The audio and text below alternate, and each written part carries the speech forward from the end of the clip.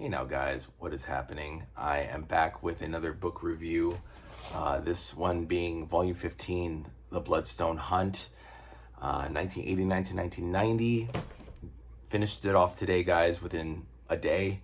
Started it off yesterday reading 7, and today read 14 issues. Just finished the last issue, 371, in the can about 15 minutes ago. So let's get into it, guys. Oh, before I do, I just want to mention that 2 days ago, which was July 13th, when I did the review for volume 14, it actually marked the 1 month anniversary that I started reading Captain America with volume 1.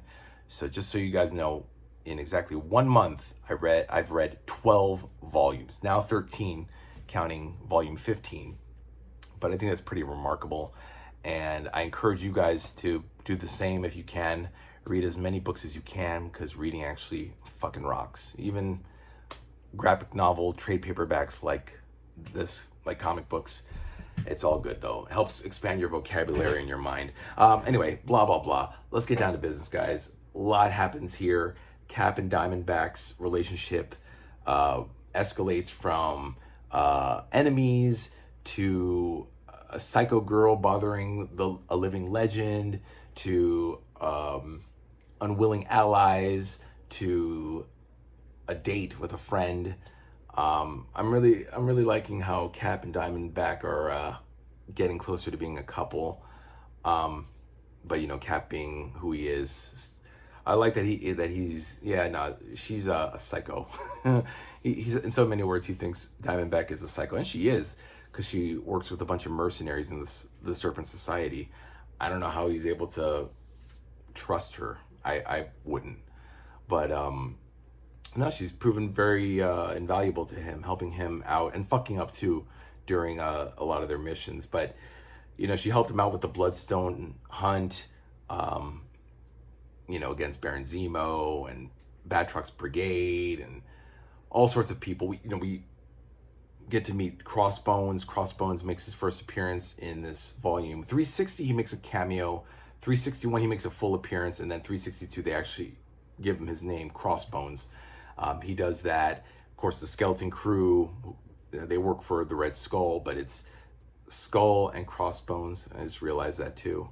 Mother Knight is Susan Scarborough, and what was it? The Voice, and not the Collector, but the Machine Smith. They make up the Skeleton Crew. The Machine Smith and Sleeper Body, they fight the Hellfire Club, you know, Selene, the Black Queen. Really weird story in 355, 6, and 7 has Steve changing to a teenager. He asks Cersei of the Eternals to turn him into a kid because Bernie's sister is missing. So somehow Steve stumbles into this plot where the Sisters of Sin and Mother Knight are kidnapping all these kids and turning them against their parents, and you know, really bizarre story. But it turns out that Bernie's sister went out and joined her boyfriend to see the Rolling Stone, not the Rolling Stones, excuse me, the Grateful Dead on tour, and she didn't bother telling anybody that she was gonna leave. So it was one of those wah wah moments. But it kind of wraps up rather comedically, but the story is pretty serious, because there's a lot of like beatings on the children, which got a little weird for, you know, for comic books. Just abuse on children is rather unsettling. And again, I'm not gonna go through all the issues, guys. I really don't know what to say other than Mark Gruenwald is a genius. Mark Gruenwald just simply modernized Cap to no end. Of course, he had to get rid of a lot of the initial supporting cast in favor of, you know, a bigger, beefier bunch of people, but you know, a cast of characters. I kind of miss Falcon and D-Man and Nomad. They're all gone. You know, there are backup stories with Vagabond, Priscilla Lyons, she was thinking about getting you know, augmented to be stronger because she wanted to be a superhero. But then there's the Scourge. The Scourge apparently comes back, and actually in a 5-part story, concurrently with the Bloodstone Hunt from what, 358 to 362. There's a 5-part Night of the Scourge storyline where the Scourge goes after the power broker, and Priscilla, Vagabond, is caught in the middle of it. And then, of course, the Bloodstone Hunt. Acts of Vengeance also takes place in this book. For talking about this one right here, Bloodstone Hunt, 1989 to 1990, right smack dab into the Acts of Vengeance, which is pretty cool because it shows Magneto going after the Red Skull, which I thought is really cool. How no matter what villains, whatever a villain has in mind, whatever motives to conquer the world, there's something about Magneto who does want to conquer the world, but he views the Red Skull as a Nazi scumbag who murdered the Jews during World War II. Maybe not Red Skull himself, but the Nazis did. And I really liked how Grunwald and Marvel allowed that a villain like Magneto could have an anti-hero attitude towards a fellow villain and go after him. Oh my God, Magneto locks Skull in a bunker with like all these things of water but no food, nothing, just leaves him in the dark. The fact that Magneto gave him water is generous enough. But and of course the skeleton crew managed to find and locate Skull, and Skull wants Steve to show up at Skull House so he can reinvigorate his hatred towards him. And this is like 368, 369, 370 of Captain America. And then 371, it ends with this cute little date between Cap and Rachel Diamondback. But yeah, pretty much 21 straight pages, 351 to 371 in this volume. Acts of Vengeance is involved. The Bloodstone Hunt, a 6-part storyline.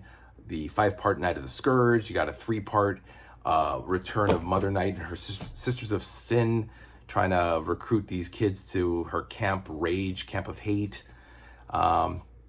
Nick Fury comes back. Nick Fury is getting attacked by Machine Smith makes a return too, and he's now micro beaming himself into all these machines, and he's hooked up with Red Skull now, and he's part of the skeleton crew. So a lot happens in this period. And that's pretty much it, guys. I mean, it was really a quick read. We are now up to volume 16, Streets of Poison. This is going to be the next book. Volume 16, that is 1990 to 1991. So we are now fully into the 90s, guys. Time flies, you know. It's hard to believe how fast I'm able to read these books. You know, it's only 12 months to a year, but like the whole decade just zooms by so fast. It feels like just yesterday. It was actually like 2 or 3 weeks ago that I was reading volume 9, which started in 1980, and I'm already up to 1990. So I still have like about another 6 years left before this volume of stories ends.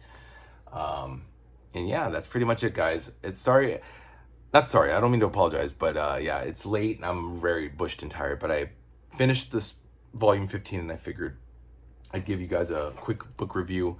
Check out Bloodstone Hunt. I don't know if it's still in comic book stores, but you can always order it 40% off on cheapgraphicnovels.com or on Amazon, eBay. And this right here is going to be the next book. This is actually due for a reprint later this year. So if you guys want to hold out for it to come in, you can. This was $34.99. My guess is this is going to be like $44.99 or $49.99 when it comes out in reprint. But this is the very first print from 2015. This is from 2015 by R.R. Donnelly. So this is really old. And, oh my God, it's like a mess. But I love it though. I love it. I'm glad I have volume 16. Streets of Poison, guys. This is going to be the next one.